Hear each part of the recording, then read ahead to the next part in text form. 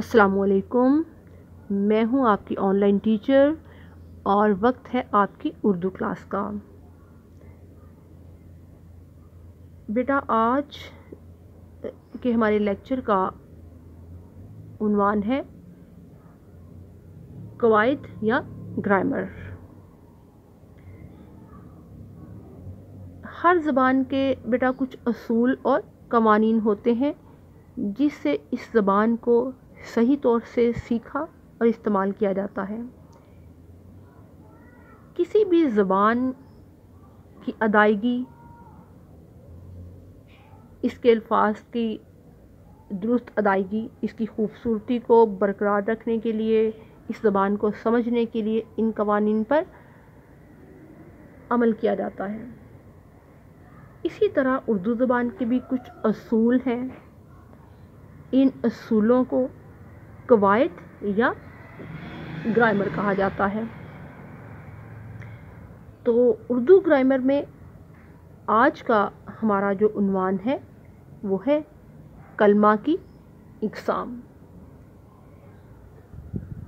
कलमा की इक़साम की तरफ जाने से पहले ऑब्वियसली बेटा हम पहले समझेंगे कलमा क्या है। कलमा या लफ्ज़, कलमा कुछ आपके लिए थोड़ा मुश्किल होगा।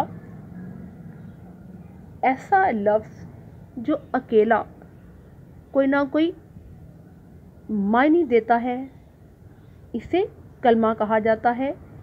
यानी वो एक लफ्ज़ की अदायगी से ही हमें उसका मतलब वाज़ेह हो जाता है।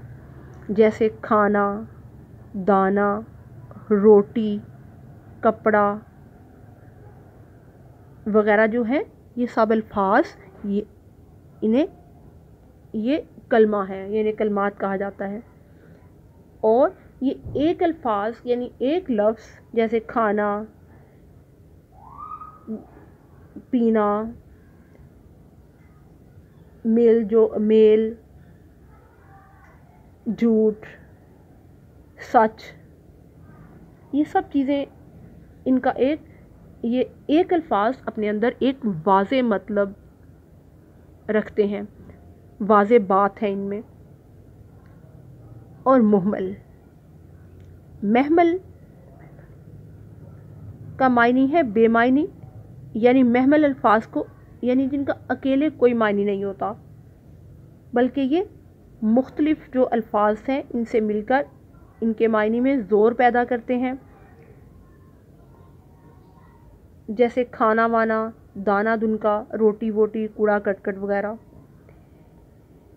इन अल्फाज में वाना, दाना, वोटी, क्रिकेट वगैरह के अलग से कोई मानी नहीं है।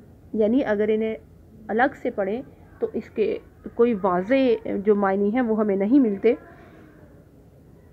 जैसे इनके कुछ अल्फाज हैं ठीक ठाक, काला कलोटा,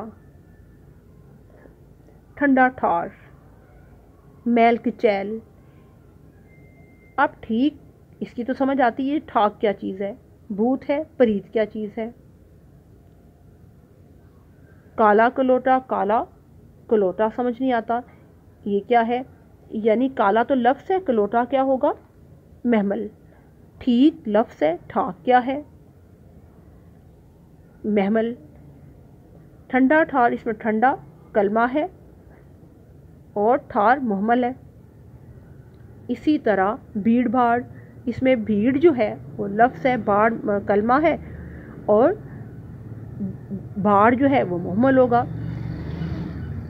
अब ये देख रहे हैं कि जो कलमा है, लफ्ज़, आसान मायने में आप इसे लफ्ज़ ही कह सकते हैं, इसकी कितनी किस्में हैं। जैसे कलमा की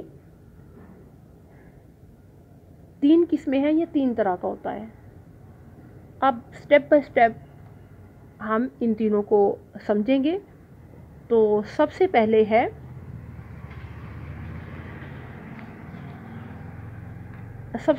हम जिस किस्म के बारे में बात करेंगे वो है इस्म। کسی شخص، بہت دفعہ آپ نے اس کی تعریف سنی ہے، آپ کی نظروں سے گزری ہے، کسی شخص، جگہ یا چیز کے نام کو اسم کہا جاتا ہے، یعنی ناؤن۔ انگلش میں سے کہا جاتا ہے ناؤن اور اردو میں اسم۔ یعنی دنیا میں، کائنات میں، جانور، پرند، کائنات میں جتنی بھی چیزیں ہیں جس کا کوئی اسپیسیفک نام ہے، وہ ہے، اسے کہا جاتا ہے اسم۔ جیسے عامر، علامہ اقبال، احمد، غالب، مجید، امجد، نادیہ، یہ سبھی کسی نہ کسی شخص کے نام ہیں، اس لیے ان تمام ناموں کو اسم یعنی ناؤن کہا جائے گا۔ گھر، لاہور، منار پاکستان، کراچی، سمن آباد، فیصل مسجد، بادشاہی مسجد، طوبہ مسجد وغیرہ کسی نہ کسی جگہ کا نام ہے۔ ان سب جگہوں کے ناموں کو بھی اسم یعنی ناؤن کہا جائے گا۔ الماری، میز، کرسی، بستہ، پلنگ، سلیٹ، پینسل، کاپی، کھانے پینے کی جو بھی چیزیں ہیں، ان سب چیزوں کے ناموں کو بھی اسم کہا جاتا ہے۔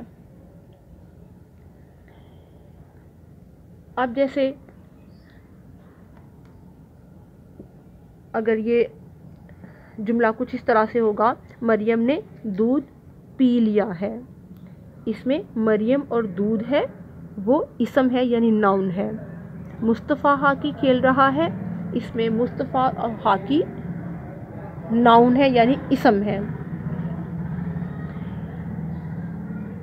بچے وقت پر اسکول گئے، یہ میں انگلش میں وہ ناؤن اس لیے آپ کو بتا رہی ہوں کیونکہ بچے انگلش کو آسان سمجھتے ہیں، اس لیے اگر میں ساتھ اسم ان کے لیے ذرا مشکل ہو جاتا ہے، اور ناؤن اس طرح سے جلدی ان پہ واضح ہو جائے گا۔